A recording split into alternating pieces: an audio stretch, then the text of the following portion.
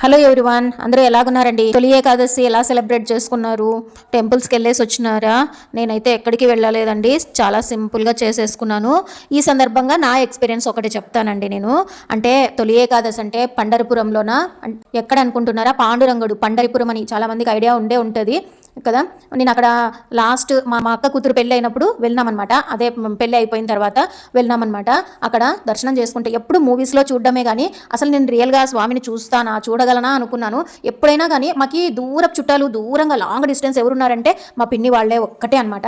వాళ్ళ దగ్గరికి వెళ్ళాలంటే పెద్ద సీన్ చేస్తారనమాట. అంటే అయ్యో ఏదో ఇప్పుడు మనం మాట్లాడుకుంటే ఒక అమెరికాలో ఉన్నారు అన్నట్టు చేస్తారనమాట.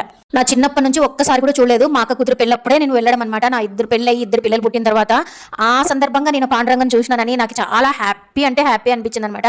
అదే గుర్తొచ్చింది. పండరిపురంలో చాలా విశిష్టమైన పూజలు చేస్తారండి.